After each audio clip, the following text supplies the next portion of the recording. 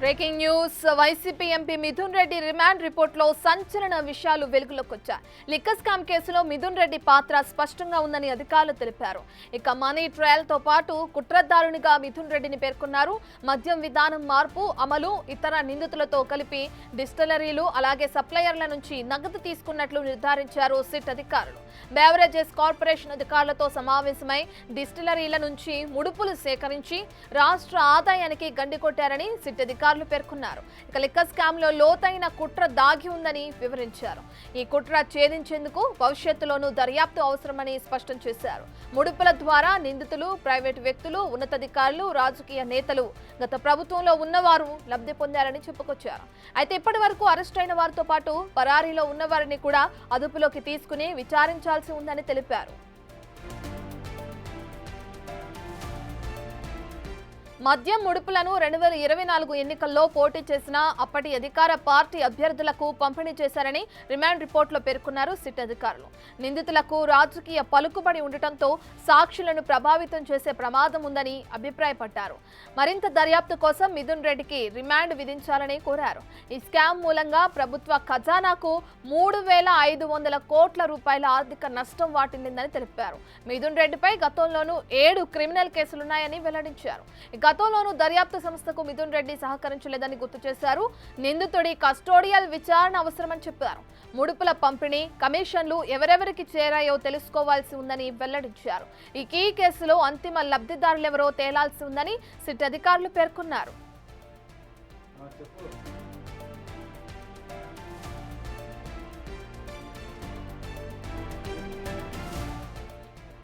ఇక మిథున్ రెడ్డి రిమాండ్ పై కోర్టులో వాదనలు పూర్తవడంతో ఏసీబీ కోర్టు న్యాయమూర్తి రిమాండ్ పై ఆర్డర్స్ ఇవ్వనున్నారు.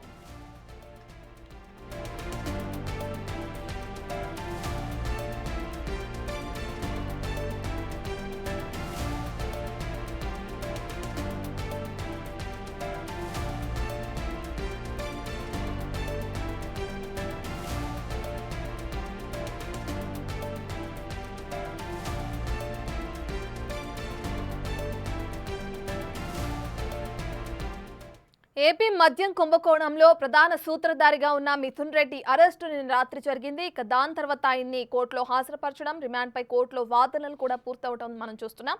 దీనికి సంబంధించిన పూర్తి డీటెయిల్స్ అందించడానికి మా ప్రతినిధి శివ అందుబాటులో ఉన్నారు. రైట్ శివ.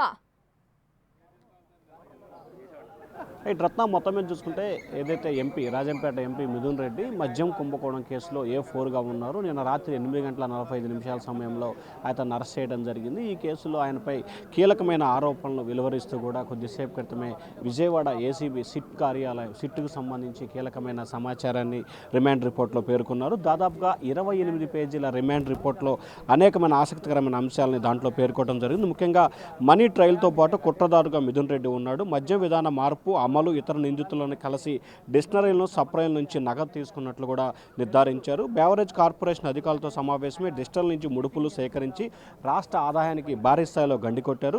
అలాగే లిక్కర్ స్కామ్లో లోతైన దర్యాప్తు చేయాల్సి ఉందని చెప్పి కూడా దాంట్లో పేర్కొన్న పరిస్థితి కనిపిస్తోంది. ఈ కుట్ర ఛేదించేందుకు భవిష్యత్తులో పూర్తి స్థాయిలో దర్యాప్తు అవసరమని చెప్పి మరొక అంశాన్ని కూడా లేవనెత్తారు. ముడుపుల ద్వారా నిందితుల్ని ప్రైవేటు వ్యక్తులు, ఉన్నతాధికారులు, రాజకీయ నేతలు, గత ప్రభుత్వంలో ఉన్న వారు లబ్ధిదారులతో కీలకమైన సమావేశాలు అనేక సందర్భాల్లో నిర్వహించిన పరిస్థితి కనిపించింది. ఈ నేపథ్యంలో దీంట్లో అప్పటి అధికారులని, అలాగే కొంతమంది తప్పించుకున్న వారిని, కొంతమంది నిందితులను కూడా ఇంకా లోతుగా విచారణ చేపట్టాల్సిన అవసరం కనిపిస్తూ ఉంది. ముడుపుల ద్వారా నిందితులు, ప్రైవేటు వ్యక్తులు కూడా కొంతమంది దీంట్లో ఇన్వాల్వ్ అయినట్లు కూడా దృష్టికి వచ్చిందని చెప్పి రిమాండ్ రిపోర్ట్లో పేర్కొన్నారు. ఇప్పటివరకు అరెస్ట్ అయిన వారితో పాటు పరారులో కొంతమంది ఉన్నారు. మొత్తం 48 మంది నిందితుల్ని గుర్తిస్తే 12 మంది మాత్రమే అరెస్ట్ చేశాం. మిగిలిన 36 మంది పరారులో ఉన్నారు. వారిని కూడా అదుపులో తీసుకొని అరెస్ట్ చేసి విచారించాల్సిన పరిస్థితి కనిపిస్తోంది. మద్యం ముడుపుల వ్యవహారంలో 2024 ఎన్నికల్లో పోటీ చేసినప్పుడు అప్పటి అధికార పార్టీ అంటే వైఎస్ఆర్సీపీకి సంబంధించి రాష్ట్రంలో పలు జిల్లాలకు సంబంధించి కూడా మద్యం డబ్బులను పంపిణీ చేసినట్టు కూడా సిట్ పేర్కొంది. నిందితులకు రాజకీయ పలుకుబడి ఉన్న నేపథ్యంలో కూడా బయట కనుక ఉంటే కేసులని తారుమారు చేసి బెదిరింపులకు పాల్పడే అవకాశం కనిపిస్తూ ఉంది. సో ఈ కేసుకు సంబంధించి రిమాండ్ రిపోర్ట్ కనుక మిథున్ రెడ్డి విధించినట్లయితే కనుక కొంత ఇబ్బందికరంగా ఉండే అవకాశాలు లేవని చెప్పి కూడా పేర్కొన్న పరిస్థితి కనిపిస్తూ ఉంది. దాదాపుగా ఈ లిక్కర్ స్కామ్కు సంబంధించి 3,500 కోట్ల రూపాయలు ప్రభుత్వానికి ఆర్థికంగా నష్టం వచ్చిందని చెప్పి పేర్కొన్నారు. మిథున్ రెడ్డి గతంలో అతనిపై 7 క్రిమినల్ కేసులు ఉన్న పరిస్థితి కనిపిస్తోంది. గతంలో ఏప్రిల్ సమయంలో అతన్ని విచారణకు పిలిచిన సమయంలో ఏమాత్రం కూడా ఆయన సహకరించలేదని చెప్పారు. అలాగే నిందితుడు మిథున్ రెడ్డికి సంబంధించి కస్టోరియల్కి సంబంధించిన విచారణ అవసరం ఉందని చెప్పి కూడా ఆ రిమాండ్ రిపోర్ట్లో పేర్కొన్న పరిస్థితి కనిపిస్తోంది. ముడుపుల పంపిణీ కమిషన్లు ఎవరెవరికి చేరాయి, ఎవరి వద్దకి అంతిమంగా లబ్ధిదారులు ఎవరు ఏమిటి అనే దానికి సంబంధించి కూడా లోతుగా విచారణ చేపట్టాల్సిన అవసరం ఉందని చెప్పి కూడా సిట్ తన రిమాండ్ రిపోర్ట్లో పేర్కొంది. మొత్తం రిమాండ్ రిపోర్టుకు సంబంధించి 28 పేజీల నివేదికను ఏసీబీ న్యాయస్థానం ఎదుట సిట్ పోలీసులు అయితే సమర్పించారు. దీంట్లో అనేకమైన ఆసక్తికర అంశాలతో పాటు పలు కీలక అంశాలను ప్రస్తావించిన పరిస్థితి కనిపించింది. దాదాపుగా 7 నెలల కాలంగా సిట్ అనేక మందిని విచారించి, అనేక మంది సాక్షులను విచారించి, కొంతమందిని అరెస్ట్ చేసినప్పటికీ ఇంకా అంతిమ లబ్ధిదారుడు ఎవరే అనే దానికి సంబంధించి కూడా విచారణ చేపట్టాల్సి ఉందని చెప్పి కూడా దీంట్లో పేర్కొన్న పరిస్థితి కనిపిస్తూ ఉంది. రత్న. రైట్ శివ, ఇప్పుడు మిథున్ రెడ్డి రిమాండ్ రిపోర్ట్ మనం చూస్తున్నాం. అయితే దీనికి సంబంధించి పార్టీకి తీవ్ర నష్టంగా అనుకోవచ్చు అంటారా? ఎందుకంటే ఇప్పటికే అటు జగన్కి సన్నిహితులుగా ఉన్నారు మిథున్ రెడ్డి, దానివల్ల కక్షపూరితంగానే ఆయన్ని అరెస్టు చేస్తున్నారని చెప్పి అంటున్నారు. కానీ ఇప్పటికే సిట్ అధికారుల విచారణలో భాగంగా ఆయనే ప్రధాన సూత్రధారిగా తెలవడం, ఇక రిమాండ్పై అటు కోర్టులో వాదనలు కూడా వినిపించడం మనం చూస్తున్నాం. పార్టీకి ఎంతవరకు నష్టం చేకూర్చే అవకాశం కనిపిస్తుందంటారు? అంటే ఖచ్చితంగా ఏదైతే మద్యం వ్యవహారానికి సంబంధించి వైఎస్ఆర్సీపీకి తీవ్ర స్థాయిలో నష్టం అయితే వాటిల్లింది. ఎందుకంటే గత ప్రభుత్వ హయాంలో డిజిటల్ పేమెంట్స్ లేకుండా, ఆన్లైన్ విధానం లేకుండా క్యాష్ అండ్ క్యారియర్ నడిపించారు. అలాగే నాణ్యమైన మద్యాన్ని విక్రయించలేదు.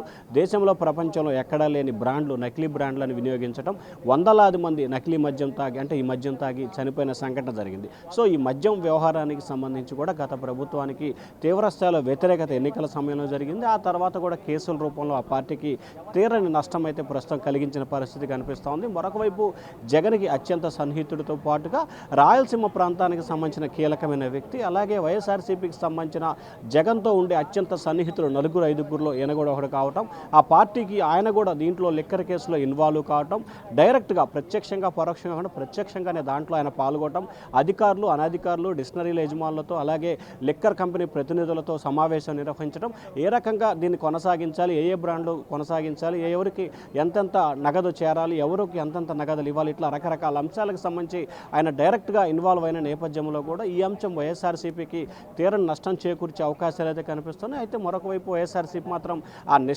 నష్ట నివారణకు అయితే మాత్రం పూర్తి స్థాయిలో చర్యలు ప్రారంభించింది. ఎటువంటి సాక్ష్యాలు, ఎటువంటి ఆధారాలు, ఎటువంటి లేకుండానే కావాలనే రాజకీయ కక్షపూరితంగానే వైఎస్ఆర్సీపీ నేతల్ని వేధింపులకు పాల్పడుతున్నారని చెప్పి వైసీపీ నేతలు విమర్శలు చేస్తున్నారు. కొద్దిసేపు క్రితం వైఎస్ఆర్సీపీ కోఆర్డినేటర్, రాష్ట్ర ప్రధాన కార్యదర్శి సజ్జల రామకృష్ణారెడ్డి మీడియాతో మాట్లాడుతూ కూడా ఎటువంటి సాక్ష్యాలు, ఆధారాలు లేకుండా రెడ్ బుక్ పాలన కొనసాగిస్తూ వైఎస్ఆర్సీపీ కీలకమైన నేతలను ఒక్కొక్కరిని అరెస్ట్ చేస్తూ పబ్బం గడుపుకుంటున్నారని తీవ్రస్థాయిలో విమర్శలు అయితే చేసిన పరిస్థితి కనిపిస్తూ ఉంది. సో ఓవరాల్గా చూసుకుంటే లిక్కర్ వ్యవహారానికి సంబంధించి నాడు అధికారంలో ఉన్నప్పుడు కానీ, నేడు ప్రతిపక్షంలో ఉన్నప్పుడు కానీ వైఎస్ఆర్సీపీ మాత్రం నష్టాన్ని అయితే ఎక్కువగా చేకూర్చిందని చెప్పుకోవచ్చు. Ratna. Right, thank you Shiva. Right, ఇక అటు ఏపీ లిక్కర్ స్కామ్ కేసులో ఇప్పటికే మిథున్ రెడ్డిని రాత్రి అరెస్టు చేయడం జరిగింది.